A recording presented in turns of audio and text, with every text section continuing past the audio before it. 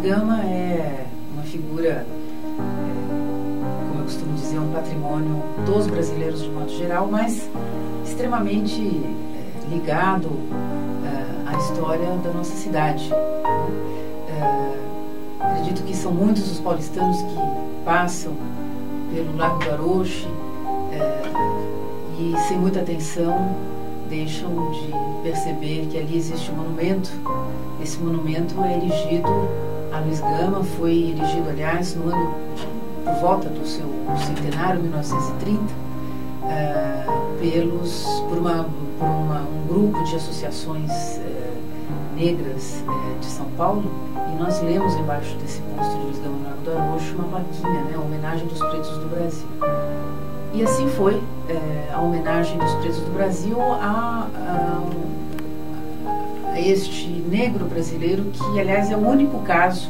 O Brasil, Luiz Gama, ele tem muitos traços bastante particulares, de pioneirismo inclusive, mas é o único caso que nós temos na história do Brasil de um negro que alcançou a projeção que ele alcançou na vida pública, cultural, literária do Brasil, e que passou pela experiência de ser escravo. Nós não temos nenhum outro exemplo disto na nossa história. E como é que foi essa história de Luiz Gama, né, de ter sido escravo? Então ele mesmo conta numa célebre carta que ele escreve a um amigo, um pouco antes dele falecer, e ele dá várias informações a respeito da sua infância. Luiz Gama nasceu em 1830, em Salvador. Como ele diz, ele mesmo, ele era filho natural de uma africana livre e de um membro da sociedade baiana. Como ele diz, meu pai era um homem branco, se bem que ele diz branco é muita presunção, mas enfim, era um fidalgo, membro de uma das famílias mais importantes de Salvador e de origem portuguesa.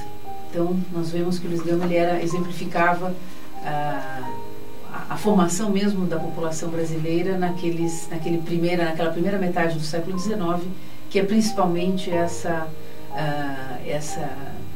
formação da herança africana e da herança portuguesa, né? Então, nesse sentido, ele era uma síntese do que era a formação e a identidade do povo brasileiro naquele momento. E ele nunca nega essas duas heranças, inclusive literariamente, né? Luiz Gama vai trazer elementos da cultura africana, ele vai trazer elementos da cultura, enfim, da literatura portuguesa na sua própria obra, né?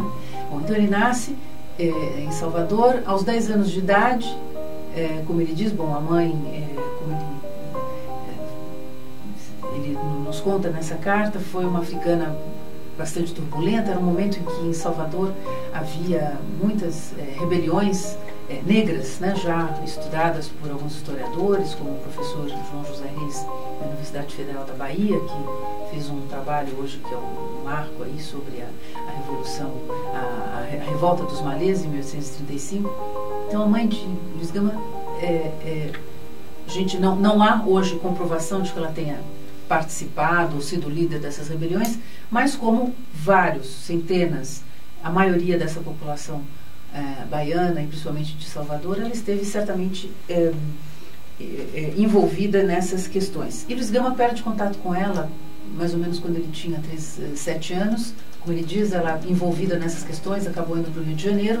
Ele fica com um pai, e é este pai que depois ele descreve de uma maneira até bastante generosa, dizendo que era um pai carinhoso, mas que havia se arruinado no jogo. Este pai, aos 10 anos de idade, apesar de tanto carinho, né, vendeu Luiz Gama como escravo para poder saldar dívidas de jogo, né? E aí começa então o que já um historiador brasileiro chamou de uma biografia de novela, né? Boris Fausto, no livro História do Brasil, no seu livro História do Brasil, dedica algumas linhas a Luiz Gama e usa esta fórmula que eu acho bastante feliz, né? Luiz Gama tem realmente uma vida bastante acidentada, uma vida espetacular, se a gente for pensar no que seria a história de um negro naquele momento.